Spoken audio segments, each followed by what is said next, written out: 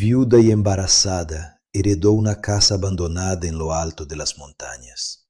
Lo que encontró bajo las tablas del suelo cambió su destino. Rosa María despertó antes de que saliera el sol, como siempre. El frío de la sierra zacatecana se metía por las rendijas de la ventana mal ajustada, trayendo consigo ese olor húmedo de neblina y tierra mojada al que todavía no se acostumbraba. 38 años, viuda desde hacía 6 meses, embarazada de 4, sin dinero, sin familia cercana, sin nada más que aquella casa vieja que nadie había querido. La muerte de Tomás no solo se llevó al esposo, se llevó a los amigos que desaparecieron después del velorio, se llevó el cuartito que rentaban cerca del mercado y que ella no pudo pagar. Se llevó cualquier ilusión de que la vida continuaría parecida a lo que era antes. Los parientes de él aparecieron como zopilotes sobre carroña, peleándose por los pocos muebles que quedaban, las herramientas, hasta las ollas de la cocina. A ella le ofrecieron lástima barata y la herencia que nadie quiso aceptar. Una casa abandonada en lo alto de la sierra, a 3 horas de camino de terracería del pueblo más cercano. Está muy lejos, le dijeron, muy frío. Nadie aguanta allá a Rosa María. Véndela por lo que sea y renta un cuartito acá en el pueblo. Pero ¿venderla a quién? ¿Por cuánto? ¿Y con qué dinero sobrevivir hasta conseguir trabajo, estando embarazada y sin conocer a nadie que la quisiera contratar? Sin alternativa, aceptó. Juntó su ropa en una caja de cartón. Agarró aventón con un camionero que iba rumbo a la sierra y se bajó en la desviación del camino, desde donde caminó los últimos 2 kilómetros cuesta arriba. Cuando vio la casa por primera vez, se le apretó el corazón. Era más grande de lo que imaginaba, pero vieja, muy vieja. Paredes de adobe deslavadas, ventanas torcidas, techo con tejas quebradas, dejando huecos por donde seguramente entraba la lluvia. El portón de madera colgaba chueco de las bisagras oxidadas. El patio era puro monte alto y alrededor solo el silencio pesado de la sierra y el viento frío que bajaba de los cerros. Entró con las manos temblando, no solo de frío. La puerta principal chirrió al abrirse, soltando un quejido largo que resonó por toda la casa vacía. La sala era amplia, pero oscura. El piso de madera estaba cubierto por años de polvo y había marcas en el suelo donde alguna vez hubo muebles. El aire olía a muno, a tiempo detenido. Aquella primera noche, Rosa María durmió vestida enrollada en un zarape viejo que traía en la caja, tirada en el piso de la sala, porque no tuvo valor para explorar los cuartos en la oscuridad. El viento golpeaba las ventanas con fuerza, haciendo gemir la madera. El piso crujía solo, como si alguien caminara por los cuartos vacíos. Y el silencio era tan profundo que parecía gritar.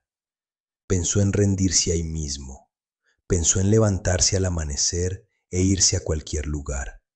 Pero algo en aquella casa la detenía. Una sensación extraña, como si el lugar guardara algo que todavía no había sido revelado. En los días siguientes limpió lo que pudo, barrió el polvo, abrió las ventanas para ventilar, arregló una de las sillas rotas que encontró en el cuartito del fondo. Comía poco, había traído arroz, frijol y algunos huevos que una vecina lejana le dio por lástima. Por las noches se sentaba en el corredor de madera podrida y miraba el cielo inmenso de la sierra, estrellado como nunca lo había visto en el pueblo, pero frío, distante, indiferente a su soledad. Fue en la tercera noche que oyó el sonido por primera vez. Estaba acostada en el piso de la sala tratando de dormir cuando un crujido diferente llamó su atención. No era el viento, no era la madera ajustándose al frío, era un sonido que venía de abajo, como si algo se estuviera moviendo bajo el piso de madera. Rosa María levantó la cabeza, el corazón disparado, los ojos fijos en la oscuridad. El sonido se repitió, un crujido sordo, apagado, viniendo de algún punto cerca de sus pies, encendió el quinqué. La casa no tenía luz eléctrica. Iluminó el piso alrededor. Las tablas eran anchas, viejas, algunas flojas en las orillas. Golpeó suavemente con los nudillos en una de ellas. El sonido resonó hueco, diferente. Golpeó otra, sólido. Volvió a la primera, hueco otra vez. Hay algo aquí abajo, pensó, pero no tuvo valor para investigar esa noche.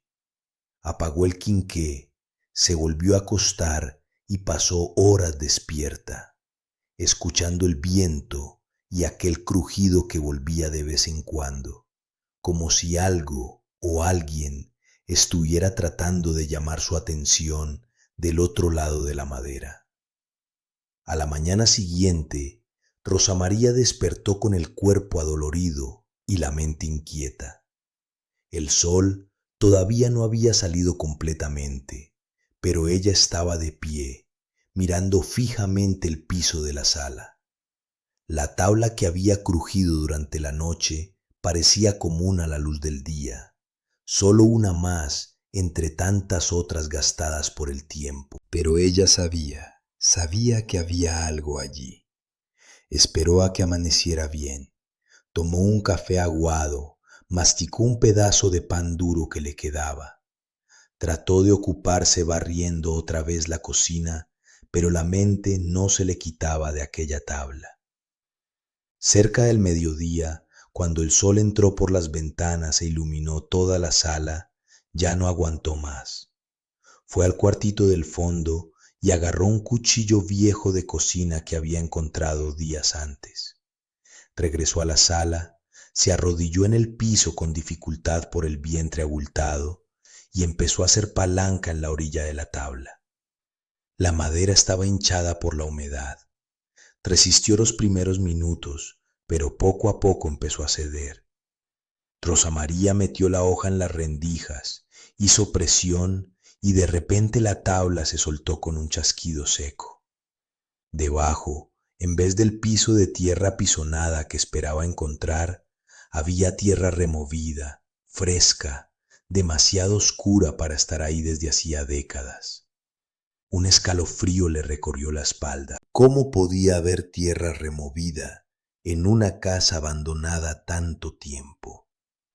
¿Quién habría excavado allí? ¿Y cuándo? Y con las manos temblando empezó a cavar. La tierra estaba húmeda, suave, como si alguien la hubiera movido recientemente. 10 centímetros, 20, 30, hasta que sus uñas tocaron algo diferente. Tela, un tejido grueso, áspero, envejecido.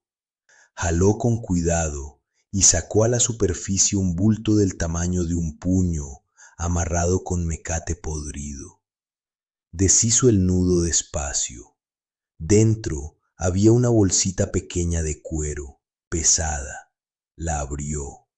Monedas antiguas ennegrecidas por el tiempo, algunas con fechas casi borradas. Rosa María se quedó paralizada, el corazón latiéndole tan fuerte que parecía salírsele por la boca. No era posible. Aquello no podía estar ahí.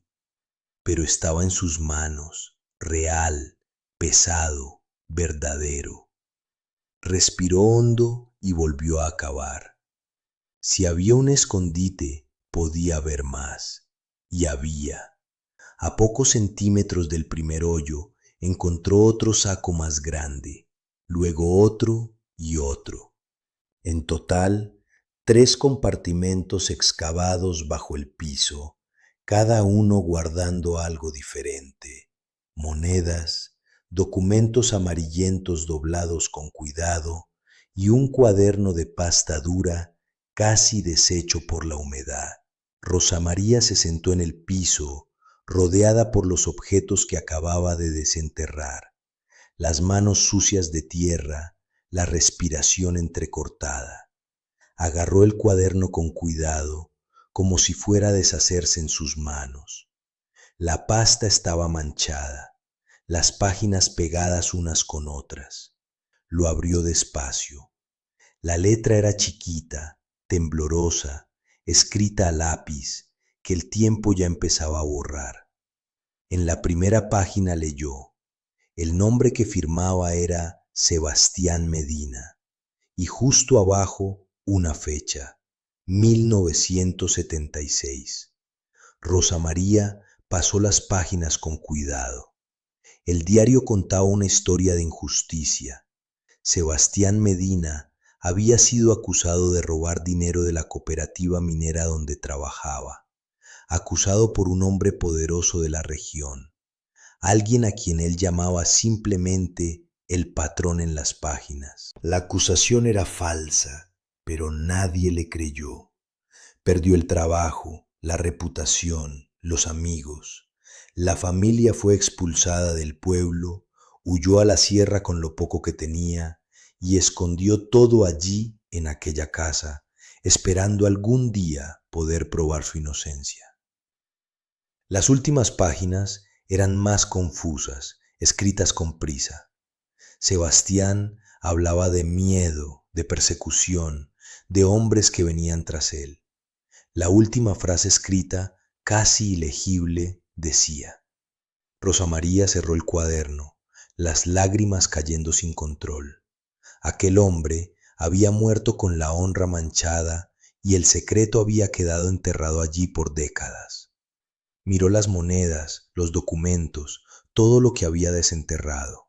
Valía dinero, mucho dinero, lo suficiente para cambiar su vida, para salir de allí, empezar de nuevo, nunca más pasar necesidades. Pero mientras sostenía el diario, sintió el peso de otra cosa, el peso de la verdad que nadie conocía, el dolor de una familia destruida, la injusticia que nunca fue reparada. Y por primera vez, desde que quedó viuda, Rosa María se dio cuenta de que tal vez no había llegado a aquella casa por casualidad. Durante 3 días, Rosa María no pudo quitar los ojos de aquellos objetos esparcidos sobre la mesa de la cocina. Las monedas brillaban débilmente a la luz del quinqué. Los documentos amarillentos solían a moho y tiempo, y el cuaderno permanecía allí, abierto en la última página, como si todavía esperara una respuesta que nunca llegó. Apenas comía, apenas dormía. Pasaba las noches despierta, mirando el hoyo abierto en el piso de la sala, pensando. La mente no paraba. De un lado, la necesidad gritaba fuerte. Ella no tenía nada, absolutamente nada. El dinero de las monedas podría alimentarla por meses, tal vez años. Podría arreglar la casa, comprar ropa, tener dignidad otra vez. Nadie sabría, nadie lo descubriría jamás. Sebastián Medina estaba muerto desde hacía décadas. Y si tenía una hija, ¿quién garantizaba que todavía estuviera viva? ¿Quién garantizaba que a alguien le importara? Del otro lado estaba el diario, aquellas palabras escritas con miedo, con desesperación, con la última esperanza de un hombre que murió solo, perseguido, injusticiado. Esa frase no se le quitaba de la cabeza a Rosa María. La leía en voz alta por las noches, como si estuviera conversando con el fantasma de Sebastián, como si él estuviera allí en la sala fría, esperando que alguien hiciera lo que nadie hizo por él en vida. En la cuarta noche, Rosa María agarró una de las monedas y la sostuvo contra la luz. Era de plata, antigua, valía una fortuna. Bastaría vender media docena de ellas para tener lo que necesitaba. Solo media docena, el resto podría devolverlo. Podría buscar a la familia, podría hacer lo correcto. más o menos. La mano le tembló, el pecho se le apretó, cerró los ojos y vio el rostro de Tomás. El esposo muerto recordó cuando se enfermó, como los doctores pidieron estudios que ellos no podían pagar, como imploró ayuda y nadie ayudó. Recordó la humillación, la impotencia, el dolor de ver a alguien que amaba consumirse porque no había dinero. Yo merezco esto, pensó las lágrimas cayendo. Sufrí y lo perdí todo. ¿Por qué no puedo quedarme con esto? Pero entonces miró otra vez el diario, la letra temblorosa de un hombre desesperado, y sintió otro dolor. Un dolor que no era solo de ella, era de Sebastián, era de la hija que nunca supo la verdad, era de toda la gente a quien la vida aplasta y que muere sin justicia. Rosa María volvió a poner la moneda sobre la mesa y salió al corredor. El viento frío de la sierra le pegaba en la cara y el cielo estaba lleno de estrellas. Allá abajo, muy lejos, se veían una o dos luces de casas distantes, vidas que seguían sin saber que allí, en aquella casa olvidada, una mujer libraba la mayor lucha de su vida, la lucha contra sí misma. Pasó toda la noche allí sentada en los escalones de madera podrida, temblando de frío, pensando. Al amanecer tomó su decisión. A la mañana siguiente bajó la sierra a pie hasta la carretera principal y pidió aventón con un camionero hasta el pueblo. Buscó el registro civil, luego la presidencia municipal. Preguntó por abogados. Nadie quiso atenderla gratis. No tenía dinero para pagar. Regresó a la casa con las manos vacías, el cuerpo exhausto, la cabeza confusa, pero no se rindió. Los días siguientes volvió al pueblo 3 veces más, tocó puertas, habló con gente que apenas la miraba, insistió hasta que una tarde lluviosa encontró un abogado joven, recién egresado, que se interesó por la historia. Le pidió ver los documentos. Rosa María regresó a la sierra, juntó todo con cuidado y se lo llevó. El muchacho examinó cada papel, leyó todo el diario, se quedó en silencio por largos minutos. Cuando finalmente levantó los ojos, dijo: «Esto puede cambiarlo todo, pero va a llevar tiempo». Rosa María asintió. Había entregado la única oportunidad que tenía de salir de la miseria, y ahora solo quedaba esperar. Los meses que siguieron fueron los más difíciles de la vida de Rosa María. Después de entregar los documentos al abogado, regresó a la casa en la sierra con una sensación extraña en el pecho, una mezcla de alivio y terror. Había hecho lo que creía correcto, pero ahora debía enfrentar las consecuencias de esa elección. El invierno llegó con fuerza ese año. La sierra se puso aún más fría. La neblina bajaba tan densa por las mañanas que apenas se veía la mano frente a la cara. Rosa María despertaba antes de que saliera el sol. Encendía el fogón de leña que había logrado arreglar con pedazos de madera vieja del patio y hacía un café aguado que bebía despacio, sola, mirando por la ventana empañada. El dinero que había traído del pueblo se acabó en la segunda semana. Empezó a caminar por los alrededores buscando trabajo. Bajaba la sierra a pie. Tocaba de puerta en puerta en las pocas casas esparcidas por la región. Se ofrecía para lavar ropa, limpiar patios, cuidar gallinas, lo que fuera. La mayoría de la gente la miraba con desconfianza. Una mujer sola, viuda, embarazada, viviendo en aquella casa vieja en lo alto de la sierra. Había algo raro en eso, pensaban. Algunos le ofrecían un plato de comida por lástima, pero trabajo fijo nadie le daba. Rosa María adelgazaba. La ropa empezó a quedarle floja en el cuerpo. La cara se le afiló, los ojos se le hundieron. Algunas noches Se acostaba en el piso de la sala sin haber comido, el estómago rugiendo, los pensamientos dando vueltas sin parar. Pensaba en las monedas que había entregado, en el dinero que podría haber usado, en la oportunidad que había dejado escapar. La tentación de arrepentirse era constante, como una voz susurrando en la oscuridad. Fuiste una tonta. Podrías estar bien ahora. Podrías tener comida, cobijas, leña, y escogiste la honra de un muerto. Pero siempre que esa voz se volvía demasiado fuerte, agarraba el cuaderno de Sebastián que el abogado le había dejado para consultas y releía las últimas páginas, y aquello la calmaba. Dolía, pero calmaba. Un día, en medio del invierno más duro, Rosa María venía de regreso de una caminata por el camino cuando vio algo moviéndose en la cuneta. Era un perro flaco, sucio, temblando de frío. Tenía una pata lastimada y por los ojos asustados parecía haber sido abandonado. Se detuvo, miró al animal, miró la casa allá arriba. No tenía comida ni para ella misma. No tenía sentido llevarse otro problema a casa, pero no pudo seguir adelante. Se agachó despacio, extendió la mano. El perro gruñó débil, pero no intentó morder. Ella le habló bajito, con voz suave, y poco a poco el animal se dejó tocar.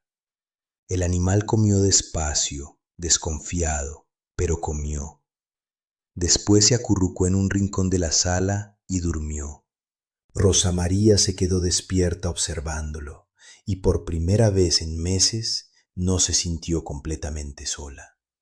No resolvía el hambre, no pagaba las cuentas, pero le daba una razón para continuar. Necesitaba cuidarlo, necesitaba mantenerlo vivo, y eso, de forma extraña, la mantenía viva a ella también.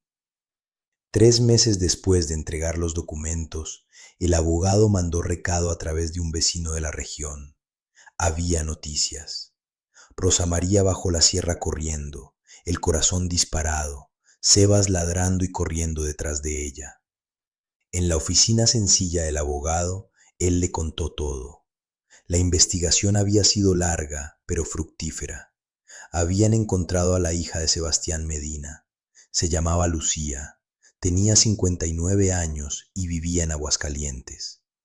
Había pasado toda su vida creyendo que su padre fue un ladrón, cargando la vergüenza de ese peso. Rosa María se quedó muda. Las lágrimas vinieron silenciosas, mojando el rostro flaco y cansado. No eran lágrimas de alivio por el dinero, aunque vendría y sería suficiente para reconstruir su vida. Eran lágrimas de otra cosa, de sentido, de saber que había hecho diferencia, que el dolor que pasó, el hambre que sintió, la decisión difícil que tomó no fueron en vano.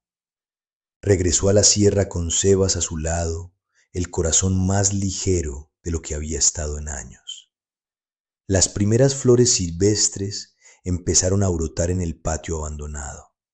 Los pájaros volvieron a cantar en los árboles alrededor de la casa y el sol se volvió más cálido, menos cruel. Rosa María despertaba ahora con Sebas pegado a sus piernas, el pelo del perro calentándole los pies y por primera vez en años el silencio de la mañana no dolía. 2 semanas después de la conversación con el abogado, Lucía vino a visitarla. Rosa María la vio llegar de lejos, subiendo el camino de tierra en un carro viejo, levantando polvo rojo. El corazón se le disparó. Se limpió las manos en el delantal remendado, se alisó el cabello canoso que insistía en escaparse del chongo y se quedó parada en el corredor sin saber qué hacer con las manos. Lucía bajó del carro despacio. Era una mujer bajita, de hombros encorvados por el tiempo, cabello completamente blanco recogido en una cola. Los ojos eran profundos, cansados, pero cuando miró a Rosa María, brillaron de una forma que cortó el aire. Subió los escalones del corredor en silencio, Se detuvo justo frente a Rosa María y durante largos segundos solo la miró. Entonces Lucía abrió los brazos y abrazó a Rosa María con una fuerza que no parecía posible en aquel cuerpo frágil. Y lloró. Lloró como quien llora toda una vida de dolor, de vergüenza, de preguntas sin respuestas. Rosa María también lloró, abrazando de vuelta a aquella mujer que no conocía, pero que de alguna forma entendía profundamente. Gracias, susurró Lucía entre sollozos. Gracias por darle a él lo que nadie le dio. Por su culpa, usted no me conocía. No conoció a mi padre, no nos debía nada, pero hizo lo correcto de todos modos. Miró a Rosa María con algo que parecía reverencia. ¿Sabe usted qué tan raro es eso? ¿Qué tan sagrado? Rosa María no supo qué responder. Bajó los ojos apenada. No se veía como heroína, como alguien especial. Se veía solo como una mujer que había hecho una elección difícil y que casi murió de hambre. Por eso, no fue fácil, admitió. Hubo días que quise rendirme, que quise agarrar todo de vuelta y desaparecer. Pero no lo hizo, dijo Lucía con firmeza. Esa es la diferencia. Se quedaron conversando hasta que el sol empezó a bajar. Lucía contó de los hijos, de los nietos, de la vida que construyó a pesar de todo. Preguntó sobre Rosa María, sobre Tomás, sobre la soledad. Y Rosa María, por primera vez desde que enviudó, habló. Habló del dolor del vacío, del miedo de no tener futuro. Habló del perro que salvó y que la salvó de vuelta. Habló de la casa que nadie quiso y que ahora parecía tener algún sentido. Antes de irse, Lucía le entregó a Rosa María un sobre grueso. La recompensa legal, explicó el abogado, ya arregló todo. No es una fortuna, pero alcanza para que arregle la casa. Viva con dignidad. Hizo una pausa. ¿Qué hay más? Los herederos decidimos que la casa es suya, de verdad, documentada, registrada.